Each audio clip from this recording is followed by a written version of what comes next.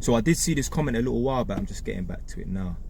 How much profit can we usually expect from a property renting out?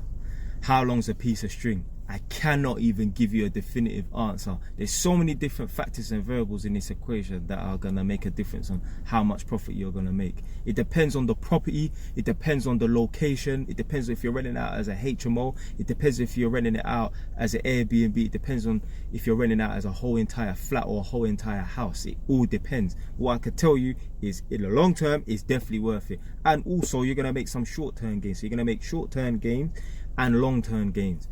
Short-term gains, obviously you're gonna make a little bit of profit, maybe £300, £400, £500 a month. It just depends on the size of the property. It depends on the location. It depends on if you're doing HMO, Airbnb, if you've got an estate agent managing it, if you're doing it yourself. There's so many different factors in that. But also you're gonna make long-term gains. The property is gonna increase in value. Depends on the location and that, but typically, let's say you invest in a property in Northampton, you can expect the property to go up by about 7 to 10 grand every year. Obviously there's things going on in the economic climate and that might change that, but my property, I bought it for 140, basically, well 136, but let's call it 140 to make the numbers easy. I bought it for 140 back in 2017 February. It's now it's now November of 2023. It's worth 210, so it's gone up by 70 grand in 7 years.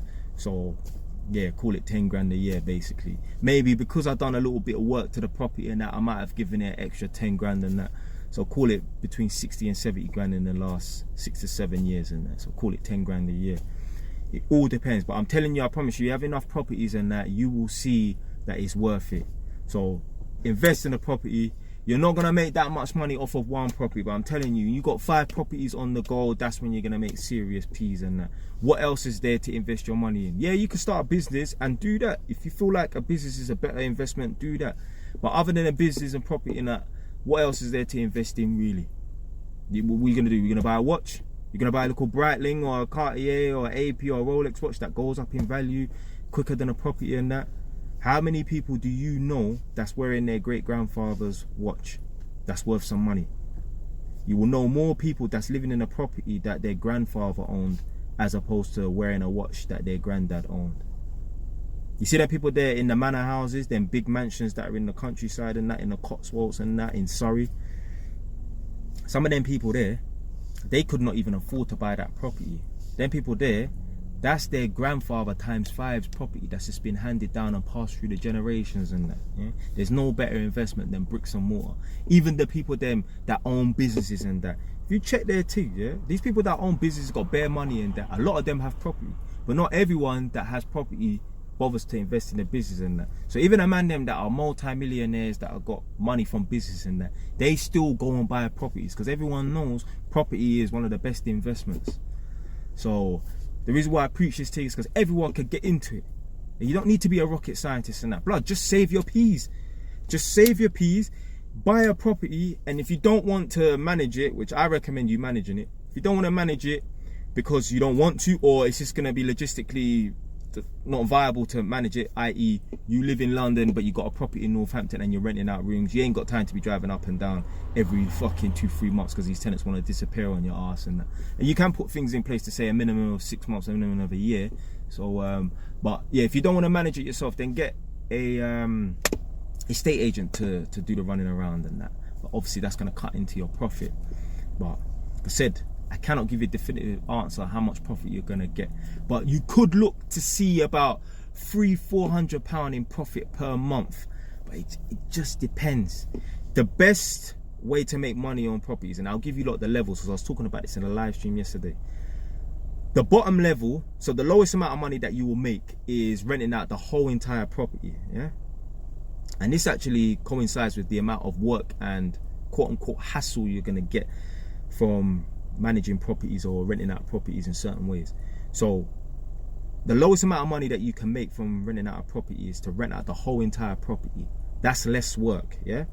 The next stage is renting out the property via rooms, like a HMO. That's a little bit more work, but you make more money. The next stage, which is a bit more hassle but gives you way more money, is renting out a property as an Airbnb. Big up my brother in Benga. He was renting out one of his properties and that my man made bare money.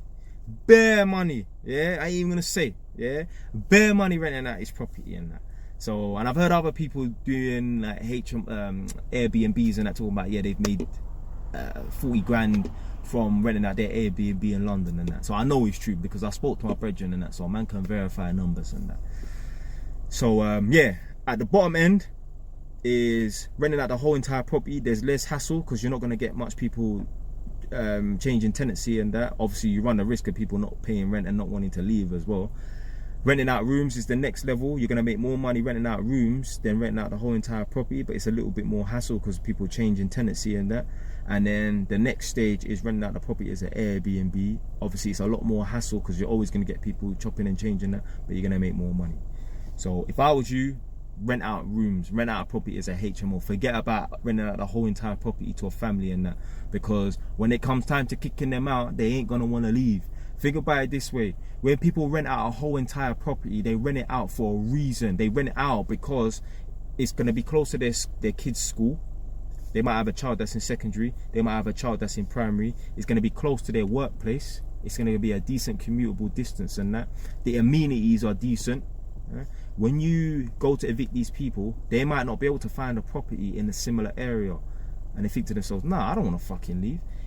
When I leave, I'm not going to be able to find a property in this area. My kids at the moment are in walking distance of their schools and that.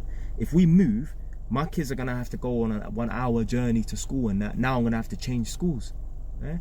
My workplace, I don't drive. I ride a bus. That was only a 20-minute bus ride. My workplace is now going to be an hour and a half away because of just the location and that. Where my mum works, yeah, it's a 7-minute drive from my mum's yard to her workplace. When mum used to take the bus, it used to take her 45 minutes. Yeah. So it's not even about the location, it's just the awkwardness of the journey and that. When you have all of those factors in that, kids' schools are going to be a lot further away, work is going to be a lot further away, the amenities and that ain't going to be as good. The local shopping centre is going to change because they're going to be in a different area and that. They might currently have neighbours that they get on with or whatever. People do not like change. So that's what you're going to contend with when you're renting out a whole entire property to a family and that. So me personally, I'd say start off at stage 2. So stage 1 is renting out the whole entire property. Forget that. Start at stage 2 where you're doing the HMOs, room shares, whatever. And if you really want to make some money, then rent out the property as an Airbnb and that. Because then you don't have the risk of people squatting and that. Anyway, man, that's it for today, man. Stay wise, done now.